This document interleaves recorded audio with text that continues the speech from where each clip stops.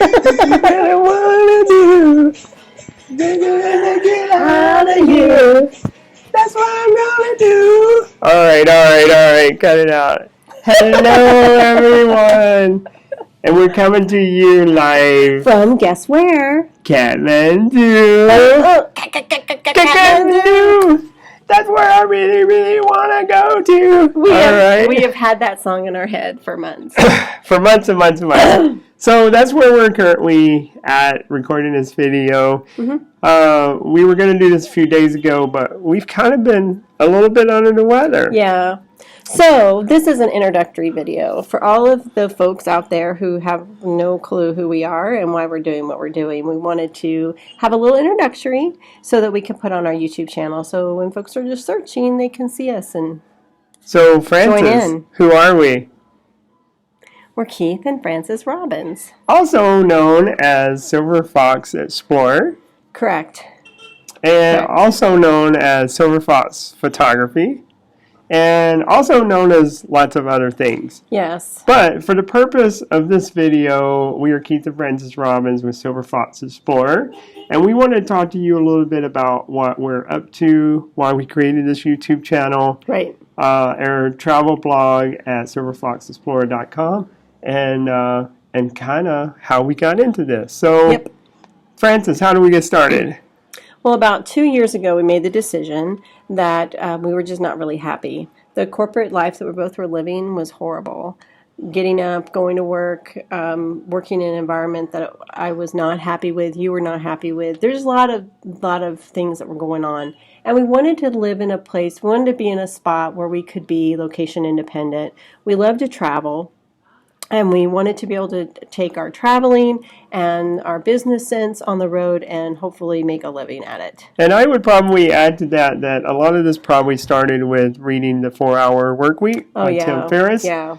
Such as we've discovered that many other people have decided or thought about this lifestyle after reading that book too. And he coins a phrase, or there is a phrase that kind of comes out of that, referred to as digital nomads. Yes. So what is a digital nomad exactly? So that's just somebody who works online, or they get their source of income from online, which would be the digital. Right. And the nomad is the fact that they move around a lot. They don't have necessarily a home base. Right. So maybe they have that wanderlust, the love for traveling, and they want to be able to work and travel at the same time. So obviously that's really hard to do with most traditional jobs where you have to clock in and clock out, at certain time frames. So you have to find something that you can, or have some kind of income source that you can have coming in that you can do location independently. And some people can negotiate with their current employers and do what they're doing, not necessarily in a brick and mortar building, but they could do what they're doing online. But I think the most important thing to point out when people see our videos of traveling around is that we're not just on vacation. Right. We are actually working and traveling and earning income at the same time. Yes. It's just that we have the type of income source coming in that allows us to be location independent. So the other thing I would say that kind of sets us apart from either other digital nomads or location independent people is that we are empty nesters. So an empty nester, I did a Google search on this, and I've been saying empty nester and high-fiving it for 10 years. And we have, I did a Google search just on empty nester, and it really comes across as a negative word. Like, basically, it's a word that refers to a couple whose children have grown and they've moved away from home. Right. And then it's like all this sadness, and people are, and the mom is distressed, and the dad and the mom don't know how to get along now that the kids are moved out. I don't know. It was really looked at as a negative thing. So not us, because when our kids left, we encouraged them to leave the nest. We tried to prepare them the best we could, but we were high-fiving each other. We were like going to happy hour everywhere. Go to the movies. Our whole lifestyle completely changed, and I would say it changed for good. We just made the best out of the circumstances that we had. Right. So right now we're in Kathmandu. If you don't know where that is, that's in Nepal, and Nepal is a country just north of India, so kind of near India, attached to it. But prior to Kathmandu, as Frances said, we've been traveling since August the 22nd. Well, the first place we went was First place we went was Bali. Ubud. Yeah, Ubud, which was Bali. really nice. So that's in Indonesia. And we decided to go there strictly based on weather patterns. Mm-hmm. We were going to start further north in Korea, but it just wasn't a good trek to go through for that time of the year in that direction because we would have been following the monsoon season, and that's not ideally a good plan. Mm-hmm. So we started in Ubud, Bali, mm-hmm. and then we left Ubud. Where do we go to next? Kuala Lumpur. Kuala Lumpur. So we hung out there for about 2 weeks, mm-hmm. Kind of relaxed, got a little bit of work done, and mm-hmm. saw some of the local sites. Not a whole lot to see in KL, but it is a modern city, and it's relatively inexpensive, and so we did enjoy our time there. It was nice. Had a nice apartment, right? It was nice. And then we left KL, and next? India. So we've been traveling around India up to this point for the past 3 weeks, and if you haven't seen any of our videos on India, we have tons of them. So go check those out right here on our page, and I made an India playlist. So follow along and look at our experiences from first impressions and kind of watch how our impressions changed and how our feelings and emotions changed through India. But we started north in New Delhi. Then we went from there through, basically followed the Golden Triangle down to Agra, which is where Taj Mahal is. Then Jaipur. Then we went to Mumbai. And then very south in India, we went to Kochi. And so all very different areas, all very different atmospheres and different feels. Mm-hmm. So go check those videos out if you're interested in India. And then we left Kochi back to New Delhi just overnight. And now we are in Kathmandu. So why India? Why Southeast Asia? Well, a couple reasons. When we left our corporate positions, our corporate jobs, we were already located in Japan. So it just made strategic sense to try to stay in this region. Also, Southeast Asia is relatively inexpensive, so we can afford to live on our budget easily in this part of the world. And that is an important thing to point out. We are on a budget. Mm-hmm. And so we'll be putting together some more videos and some more blog posts in the future on our budget and how we're doing. Overall, how would you say we've been doing on our budget?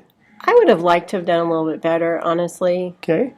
But we're getting close to the end of our trek here, and so I can see the pot getting a lot smaller. But it's supposed to get smaller because we're at the end. Mm-hmm. But we did discover some things. We were trying to stay on the super cheap, and we discovered some things like in India that's not necessarily the best plan. No. Because when you're trying to live very, very, very cheap, you're gonna end up setting yourself up for some potential problems down the road. Yeah. So you could spend just a little bit more on like accommodations, for example, and have a totally different experience. Like clean sheets. Right.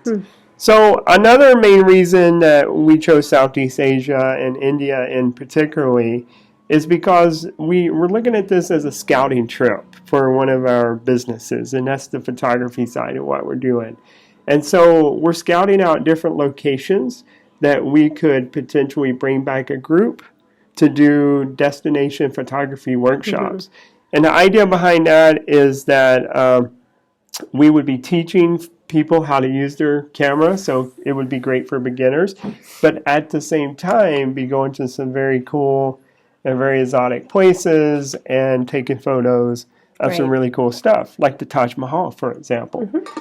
So we've learned a lot along the way. We've made lots of really neat contacts. It's going to help us probably the best be part able about to put trip, this honestly. together, and that was the main reason for doing it.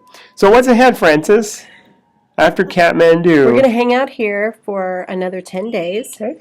And then after Kathmandu, then we're going to be going to Chiang Mai, Thailand.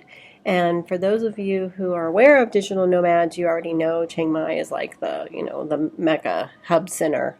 All things digital nomad end up in Chiang Mai. But we are particularly going to Chiang Mai in November because of the Lantern Festival. So the Lantern Festival is happening, and it's going to be this amazing photography, experience. So that's really the main reason why we're going. Okay. And then we will be returning back to Chiang Mai. Again, one of the reasons is basically to try to build a sense of community there with other digital nomads, and use that as a place to help grow our businesses. We are looking at returning to the U.S. for the holidays, so we'll be back in time for Thanksgiving. We'll be there during Christmas. We have our family coming in to Portland. We're going to set up a home base there in Portland, and but we do plan on continuing to travel. So again, it's not just a vacation. This is a lifestyle that we've adapted, that we've chosen, and that we so far so good, right? I think we could sustain this. Yeah. So we're going to make some more videos, and we'll have some more information, but we don't want to overload you right now. The whole point of this was for you to get to know who we are and kind of what the motivation is behind all of this craziness. Right. And hopefully you subscribe to our channel. So if you're watching this on YouTube, hit the subscribe button below. Yeah. We have a goal to have at least 100 subscribers. Magical things happen. Magical things happen when you get 100 YouTube channel when you get 100 subscribers. So help us out. It offers us a chance to be able to produce video in an easier format. So more subscribers we have, YouTube makes it a little easier for us to upload videos and such, and then we can pop out more content. Right now, totally, it's a pain in the ass. But because we love you, we're doing this. So we also have the Facebook page, Silver Fox Explorer, and then we also have our blog post, silverfoxexplorer.com. So be sure to subscribe to that or like it. Please share our post on Facebook and social media, and help us get the word out. So, anything else you want to add? I just think you're awesome. I just love you so much, Frances. You're such a neat You're just guy. the most wonderful thing ever. All right, so that's enough for now. Thanks for listening, and be sure to subscribe below and keep up with us on our travels and see how we fare in this crazy adventure. Bye. Bye-bye.